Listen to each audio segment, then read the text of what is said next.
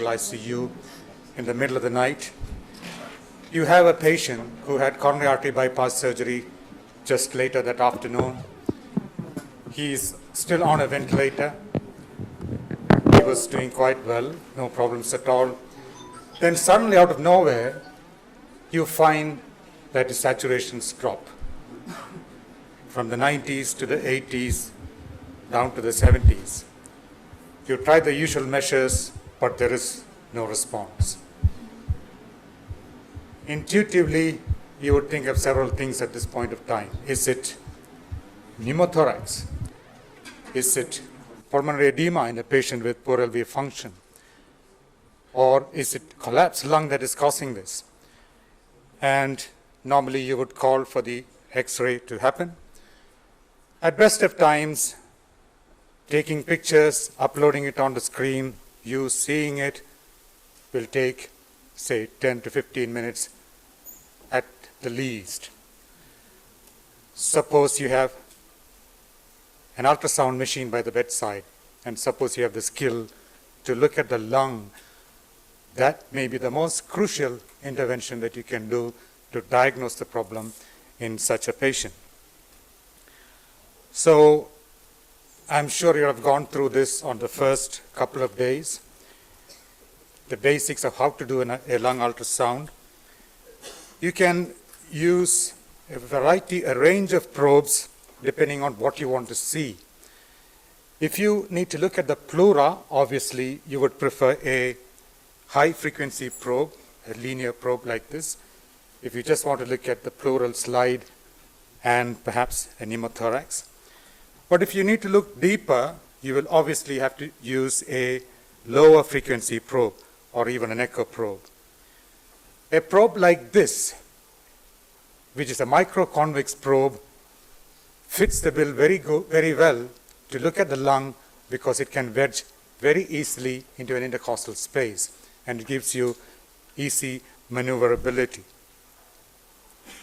Now let's begin by, can you verify if your intubation is gone okay or not using ultrasound by the bedside?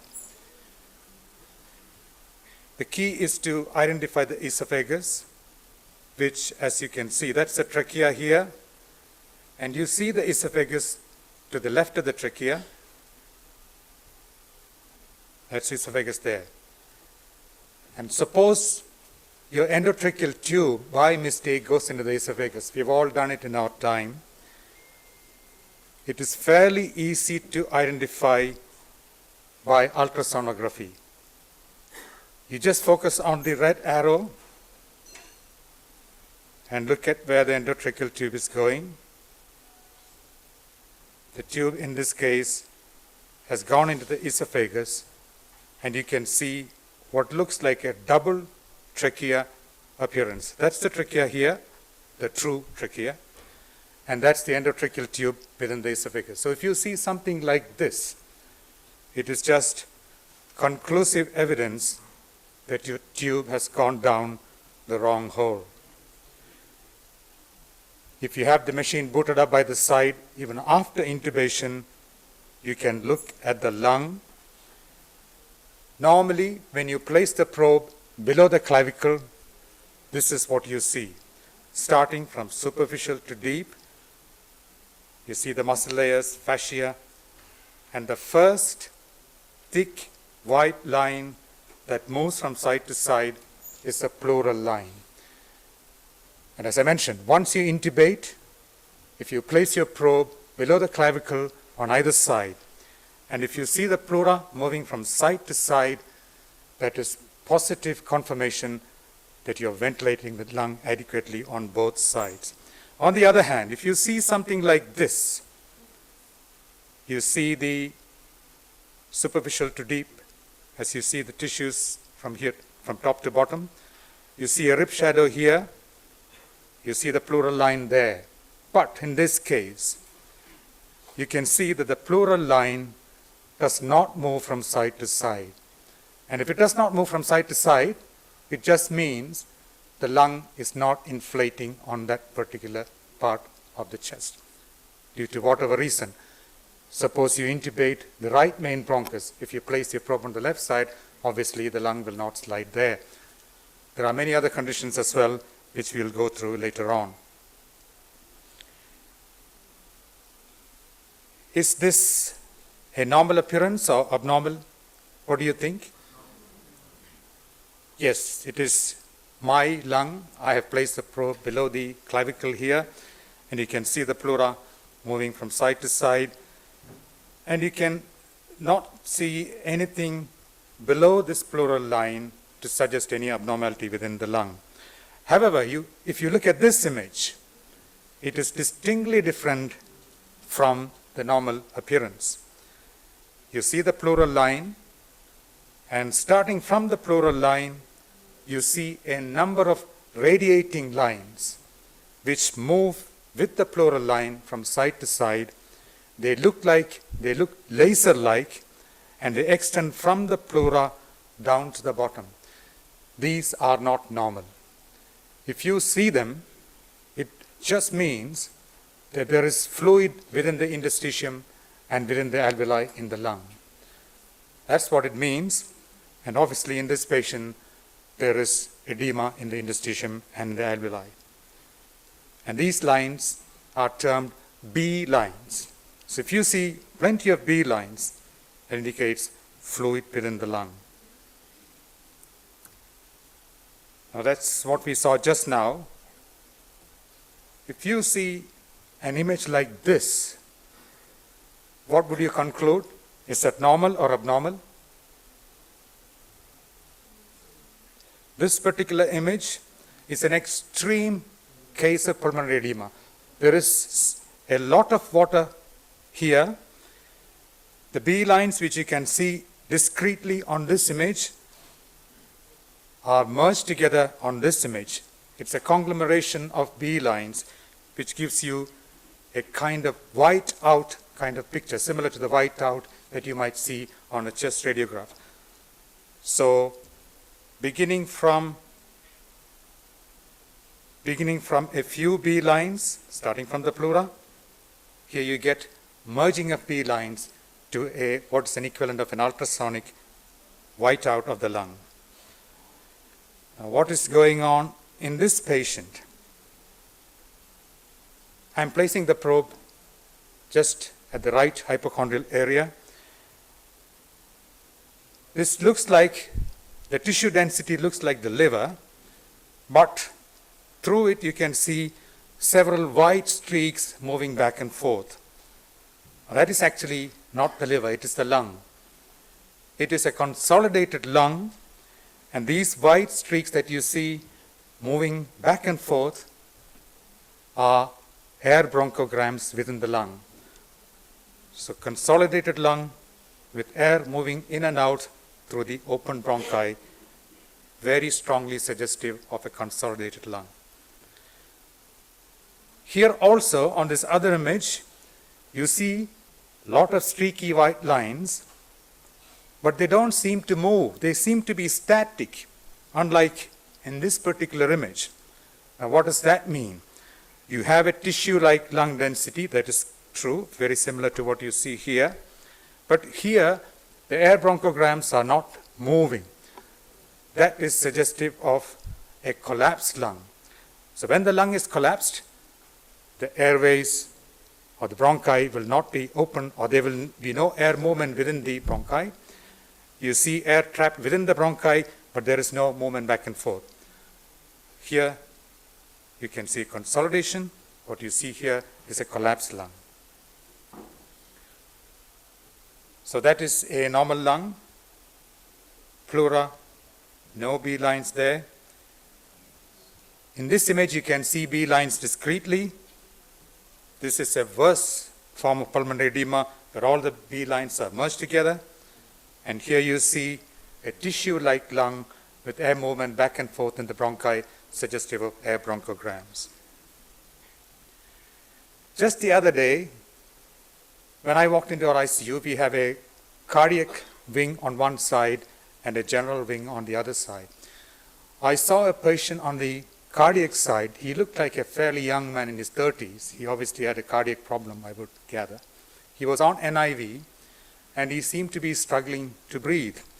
I just looked through his notes, and it suggested that he had a dilated cardiomyopathy, poor LV function. He was being treated for pulmonary edema.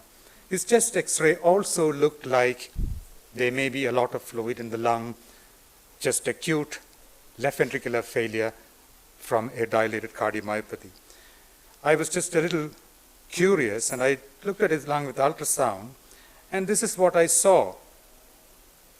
I saw the pleural line. There were a lot of B lines starting from the pleural line. In addition, if you watch closely, you could see a break in the pleural line at several places. That makes it look like the pleural line has been shredded. So this picture is highly suspicious of consolidation, where you see breaks in the pleural line in between, and that was actually confirmed on the CT scan later on. So there are many things which a straightforward chest radiograph may not be able to tell you, which the ultrasound image will be able to tell you much better. This image we've already seen of a normal pleura sliding back and forth. There are no B lines. If you see a pleural line that doesn't slide, as I mentioned previously, it could mean several things. It could be that you have intubated the right main bronchus. If you see the left side, the pleura won't move. Or it could also mean, in a suspicious clinical circumstance, that there may be a pneumothorax, particularly if you had an intervention on that particular site, like a template central line insertion. And if you see this image post-central line, very strongly suggestive of pneumothorax, and you better get your chest tube ready. So if you see the pleura not moving or static, it could be pneumothorax. It could be because you're not ventilating the lung for any particular reason, like a right main bronchial intubation. It could also be due to ARDS, consolidation, etc. So a static pleura is suspicious of a pneumothorax, but it's not specific for a pneumothorax. So what is specific for a pneumothorax? Just have a look at this pleura.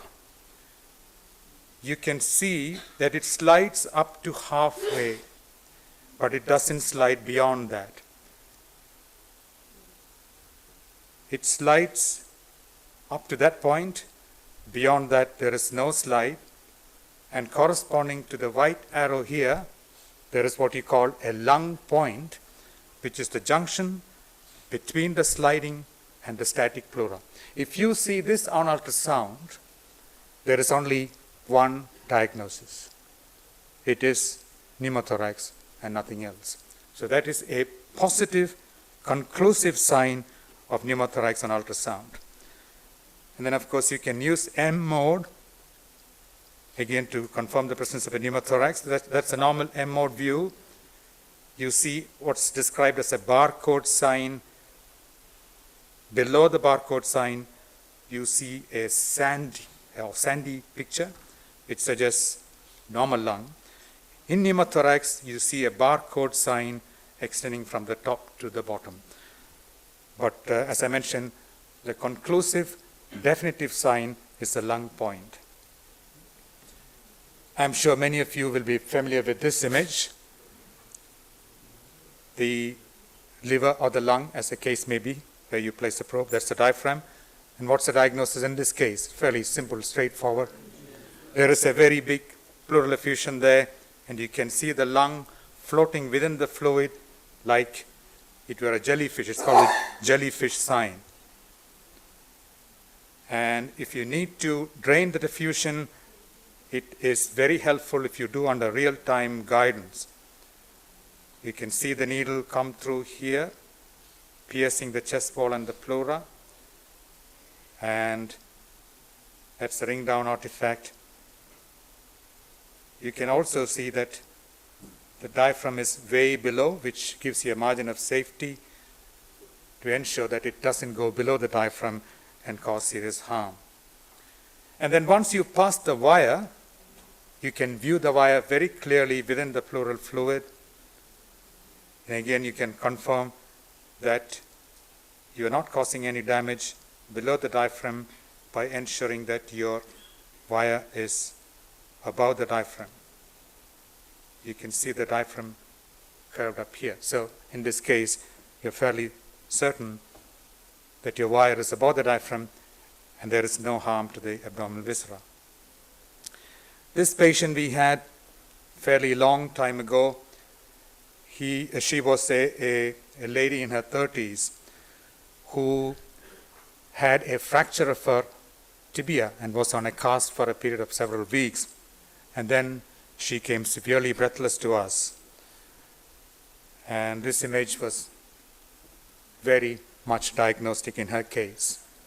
I'm sure you will all be very much definite about this diagnosis. What do you think the problem here is? History of immobilization, and you see right-sided dilatation on the transthoracic view. She had an acute pulmonary embolism. And if you have a patient with severe hypoxia, with a normal-looking lung on ultrasound, you must always look for the possibility of acute pulmonary embolism by looking at the heart and also check for DVT as well, which is again strongly suggestive of pulmonary embolism. So, just to sum it up, in a hypoxic patient, it is pretty easy to get to the root of the problem if you are adept with bedside ultrasonography using a simple mnemonic, ECPCM. It's as easy as that. E stands for pulmonary edema. You see the pleural line sliding from side to side, plenty of B lines suggest your pulmonary edema. Consolidation is seen as the lung looking like tissue, air bronchograms moving back and forth, and also by the presence of pleural shedding as we saw previously. Pneumothorax, two signs. Firstly, the pleura will be static and you get a lung point. This is not specific for pneumothorax, but it raises suspicion. But if you see a lung point, it is very highly specific for pneumothorax. If you see a tissue-like lung, air bronchograms, but the air bronchograms do not move, so-called static air bronchograms, it suggests a collapsed lung. And in a patient who has a normal-looking lung, but with right-sided dilatation, it is acute pulmonary embolism. This patient was a young lady who was referred to us with severe hypoxia. The diagnosis initially considered was ARDS secondary to sepsis. She just wouldn't improve her saturation in spite of increased levels of PEEP, prone ventilation, and so on. And finally, we got to the root of the problem by doing this particular test, which I'm sure most of you will be able to guess. That's correct. A bubble test showing very dense opacification of the left side.